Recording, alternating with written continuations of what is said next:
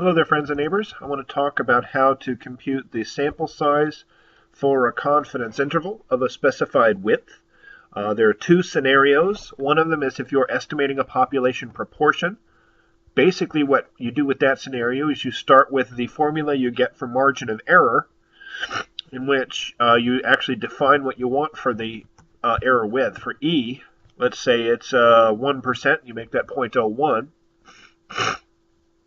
You're also given alpha, and therefore given the z-score. If you want it 95%, that's 1.96. You have to start with some estimate of the population proportion, and if you have none, you just use 0.5. So in other words, you're given all of the pieces of the E formula except for n. So then you just use the magic of algebra to solve for n. There's really nothing to it. And you end up getting this formula. N equals z squared over E squared times your P estimate, your population proportion estimate, and 1 minus that. So I'll do an example of that. Before I do, though, I want to talk about the other situation, which is if you're estimating mu. You have a population mean that you want to estimate, a quantitative variable. Once again, you start with the formula for E, where E actually is just given to be, the formula for E is z, the critical z alpha over 2, times sigma over the square root of n. And as with the other scenario, you're given all of the pieces and you have to just solve for n. So you have to know how to use algebra. Or if you don't want that, you can memorize the formula, which I consider to be inefficient, but that's up to you. So we've got the formulas. Basically from there you just plug in the numbers. There's actually nothing to it. The hard part is identifying the numbers. Once you get it set up, everything else flows easily. Let's do a situation where you're estimating a proportion and you're given a starting point. So let's do that. Let's do this. Let's see. You want to obtain a sample estimate population proportion based on previous experience. You believe it to be P star equals 25%, which is 0.25.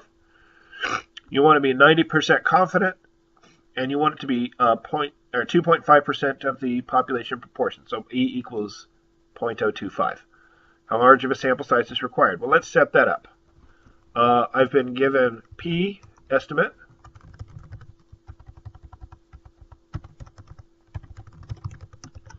And that was given to be 0.25, 25%.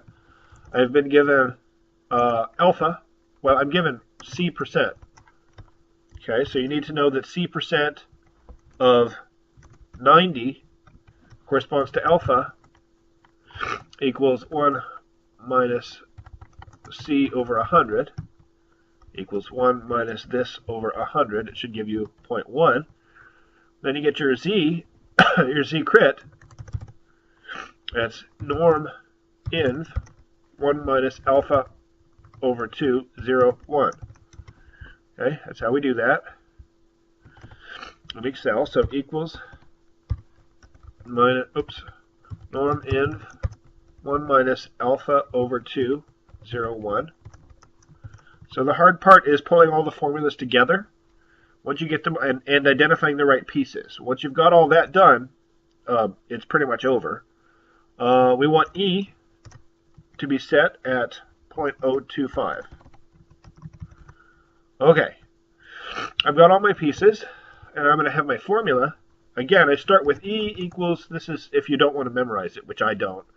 E equals P times 1 minus P, also written as Q sometimes, times Z crit, the critical Z, over square root, hold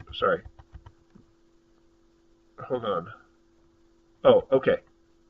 I'm missing a piece. Z crit times P times square root of P times 1 minus P over N. Well, whether you start off with that, or if you start off with just it already solved for you, you just have to solve for N. And I'm going to pull that back up. Here's the formula. Here's how we do it. I'm going to divide both sides by Z crit. E over Z crit equals square root P times 1 minus P over N. Square both sides.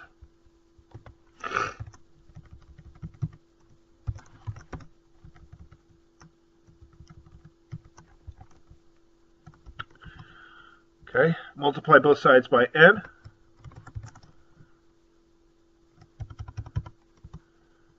Divide both sides by this term,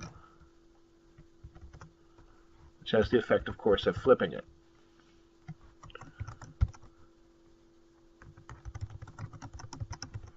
And that's our formula for sample size. You'll see that it agrees with what I got before. So equals my estimate for p times, open parenth, 1 minus p, close parenth, times, open parenth, choose my z-score, my critical z, over my margin of error e, quantity squared.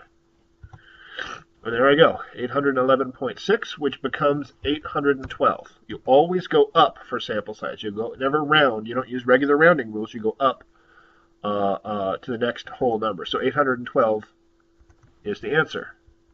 812. I'm going to do another situation where I don't have an initial starting proportion. Let's do another example. Here's sample size for one proportion. If I don't know p hat, I don't have anything to start with.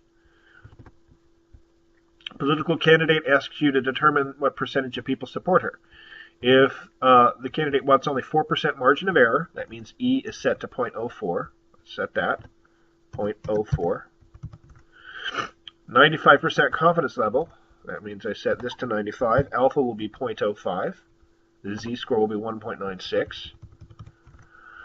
What level size of sample do you need? The only thing I don't have here is any estimate for p. If I have no idea, I just start off with 0.5, 50-50.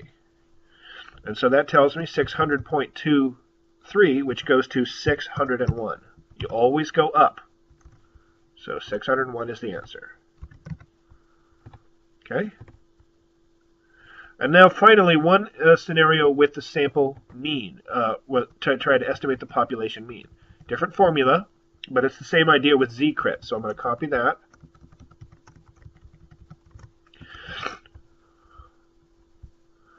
All right, and I need another piece of information, which is my estimated standard deviation.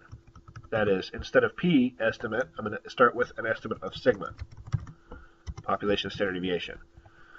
All right, and this part is all the same. This is the same. But this part is different. The formula for E is different.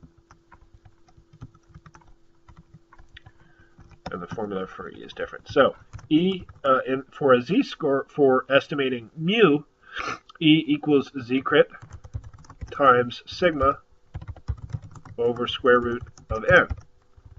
So to solve for n, I'm going to divide both sides by z.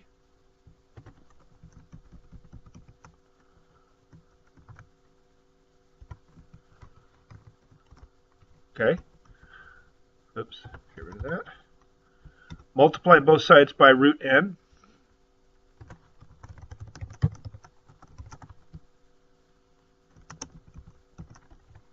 Okay.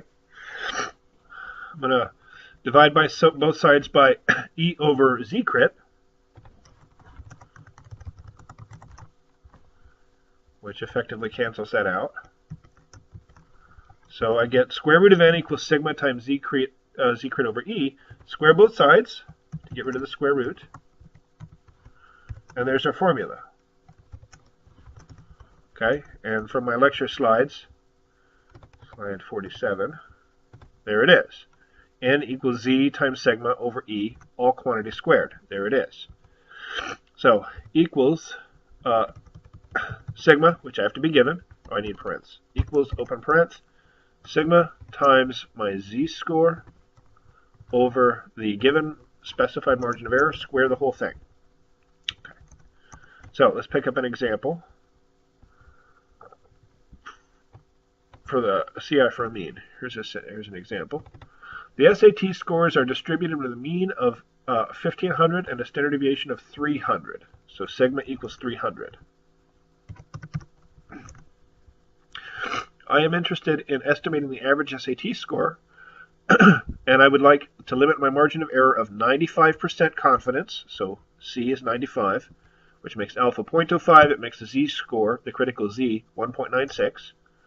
And I want to have the interval limited to 25 points. So I set E to 25. And solve, and I get 553.17, which goes up to 554. 554. And that's how we do it.